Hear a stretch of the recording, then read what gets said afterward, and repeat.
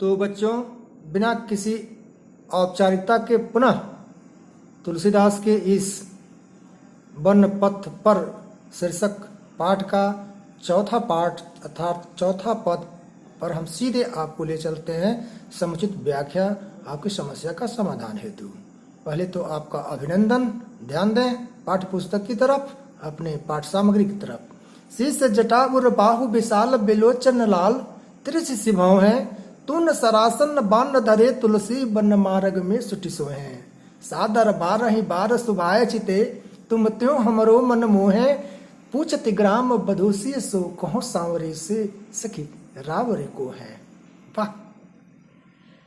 चले प्रसंग और व्याख्या बाद में, पहले आप नोट करें कठिन शब्दों के अर्थ को। बिलोचन मने नेत्र, बिलोचन मने नेत्र, तून मने तरकस जिसमें बाण रखा जाता है, सरासन मने धनुष, सुठ मने सुंदर, सुभाय मने स्वाभाविक रूप से, तुम त्यों मने तुम्हारी ओर, रावरे मने तुम्हारे आपके, शीश मने सिर, जटा मने ये बालों का गुच्छा, जटा जुट, उर मने हृदय, बाहु मने भुजा और विशाल मने बड़ा, बिलोचन मने नेत्र, भवें मने भवें, सादर मने बहुत आदर से, बारह ही बार मने बार बार। ये आपका शब्दार्थ हुआ।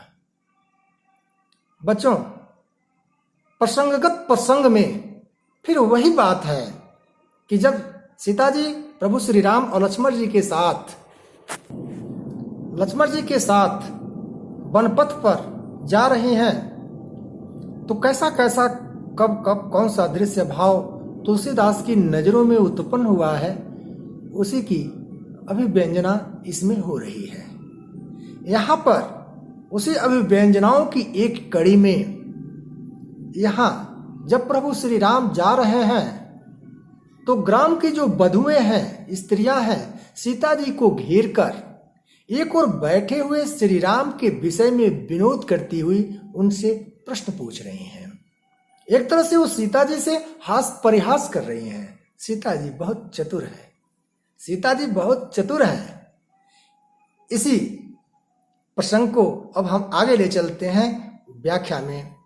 शीश जटा उर बाहु विशाल, ग्राम बधुएं सीता जी से पूछ रही हैं कि जो सिर पर जटा धारण किए हुए हैं, जिनके वक्ष स्थल भुजाएं विशाल हैं, नेत्र लाल हैं तथा भवें तिरछी सी हैं, तिरछी सी भवें, जिनकी भवें तिरछी सी हैं, जो तून तरासन बान धरे तुलसी बन मार्ग में सुटि सोए। तुलसीदास जी कहते हैं कि जो तरकस, धनुष और बाण धारण किए हुए इस वन मार्ग में बहुत शोभायमान हो रहे हैं, जो सहज स्वाभाविक रूप में बड़े सम्मान के साथ बार बार तुम्हारी ओर देखते हुए हमारे मन को भी आकर्षित कर रहे हैं।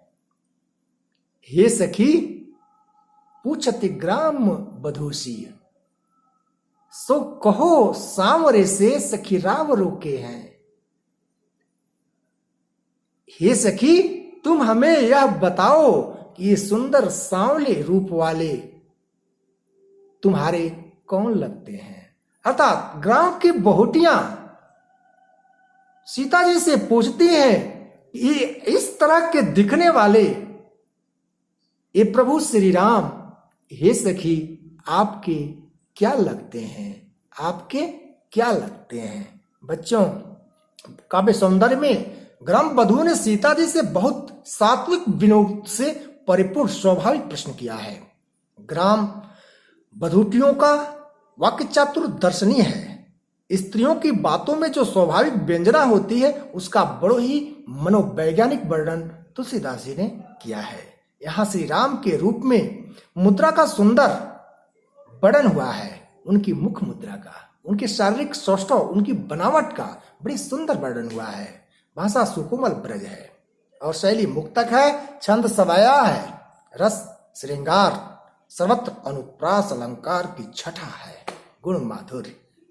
इस प्रकार आपका यह पद 2 बार 3 बार जब सुनेंगे इस वीडियो को, इस ऑडियो को, तो निश्चित रूप से आपको समझने में बहुत सरलता होगी। शुभकामनाएं।